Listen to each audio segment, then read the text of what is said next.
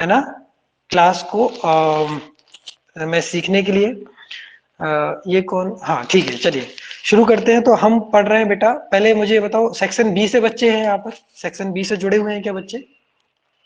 कोई ऐसा बच्चा जो सेक्शन बी से हो, कोई बताइए। जी सर, मैं हूँ। नाम बताइए बेटा आपका। अभय यादव। माइक ऑन करके बोला। कर दिया। हाँ अभय बेटा, बहुत बढ़िया। चलिए माइक ऑफ कर लीजिए। अभय देखिए आपके सेक्शन में मुझे पता चला है कि अभी जो फर्स्ट चैप्टर है, हाँ ये जो फर्स्ट चैप्टर है, ठीक है, अच्छा, बोला है, हाँ। तो जो आपका फर्स्ट चैप्टर है, एक मिनट बेटा, एक मिनट, हाँ, आपका जो फर्स्ट चैप्टर है वो मुझे पता चला है कि आधा हुआ है ना अभय? जी एक बार सर। मुझे बता दीजिए, है ना, आधा जी हुआ सर। है। यस तो सर। मैं ये चाह रहा हूँ कि जो कंटिन्यू मैं आगे कर रहा था, मैं वही चैप्टर पहले कंप्लीट करके फिर से आपको फर्स्ट यूनिट कराऊंगा, है ना।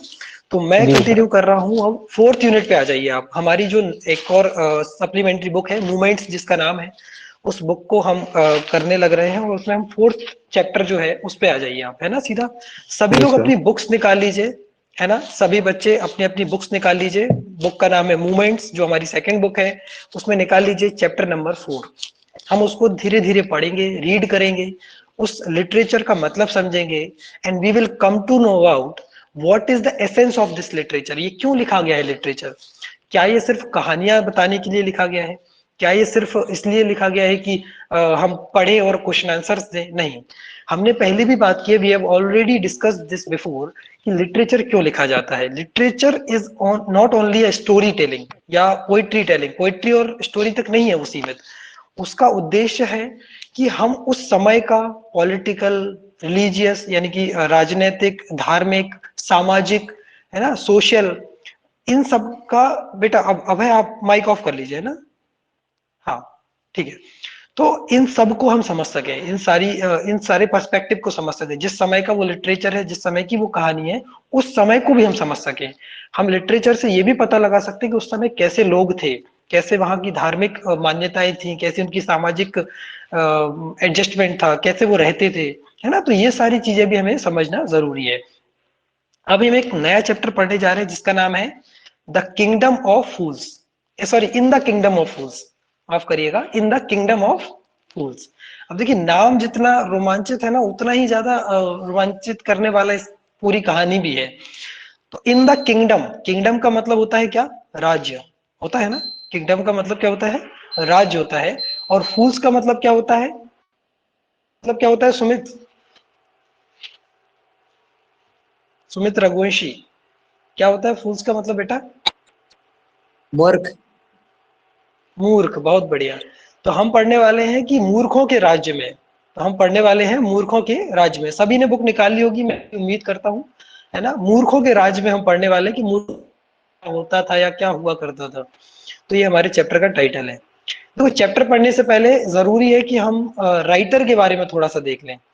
तो मुझे बताइए, मुस्कान लोधी बताइए, इस चैप्टर के राइटर कौन है? मुस्कान लोधी बताइए।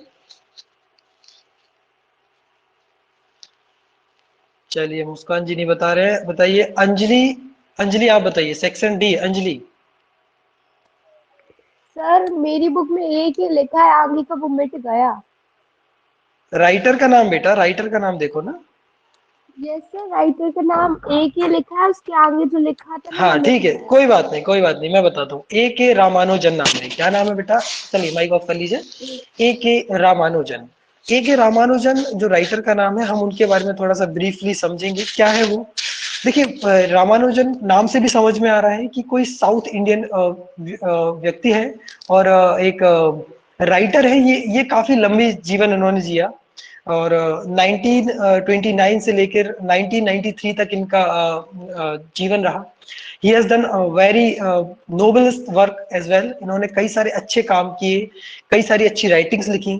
ये ना केवल एक राइटर थे, he was not only a writer by profession, he was also a scholar, एक विद्वान भी थे। He was a professor as well, वो एक प्रोफेसर भी थे, एक साइकोलॉजिस्ट भी थे, है ना, एक ट्रांसलेटर भी थे, और एक प्ले राइटर भी थे। तो इस तरह से ये एक डायमेंशन में इन्होंने काम नहीं किया इन्होंने, बल्कि मल्टीपल डिसिप्लिनरी इन्होंने काम किया। तो इस तरह से जब एक कोई राइटर अपनी राइटिंग्स लिखता है, और इनका एक खासियत क्या थी, he used to write in down to earth, मतलब ये जमीनी स्तर पर लिखना बड़ा पसंद करते थे। He also right regarding the real concerns of India, मतलब भारत के जो रियल कंसर्न्स थे उनको रिफ्लेक्ट करने की कोशिश करते थे। तो ये कहीं ना कहीं एक राइटर की खासियत होती है, ये कहीं ना कहीं एक राइटर का एक स्पेशलिटी होती है कि वो रीडर्स को कैसे अपनी तरफ खींचे, कैसे वो रीडर्स को अपनी तरफ लुभाए, कैसे वो उनकी रियल लाइफ को उनके सामने रख दे। तो इस तरीके से, हाँ कोई कुछ कहना चाह रहा है, what do you mean by play writer? Very nice question बेटा। Play writer are those who used to write plays. Plays आपने देखे, कई सारे नाटक होते हैं, तो वो नाटक जो लिखने वाला होता है, they have a special category in the literature, है ना, तो they are called play writer, उनको प्ले राइटर कहा जाता है। तो प्ले राइटर के रूप में भी इन्होंने कई बार काम किया है। तो एक ए.के. रामानुजन जो थे राइटर थे, वो काफी फेमस थे, हमने बात की, और वो पोइट, प्रोफेसर, स्कॉलर, है ना, प्ले राइटर, ऐसे कई सारे उन्होंने जगह पर काम की, ऐसे कई सारे उन्होंने के रूप में उन्होंने काम किया है ना, he has work like this also. So अब हम बात करेंगे चैप्टर के बारे में। चैप्टर इज, बेटा देखिए अभी रिक्वेस्ट आ रहे हैं कई सारे, मैं क्या करूं, क्योंकि मुझे रिक्वेस्ट, मैं मेरा मन भी कर रहा है कि मैं उनकी रिक्वेस्ट एक्सेप्ट करूं, लेकिन मेरे को लाइव छोड़ना होगा फिर। चलिए वेट करिएगा 1 मिनट, मैं उनका रिक्वेस्ट एक्सेप्ट करके उनको भी जोड़ता हूँ क्लास में। 1 मिनट बेटा।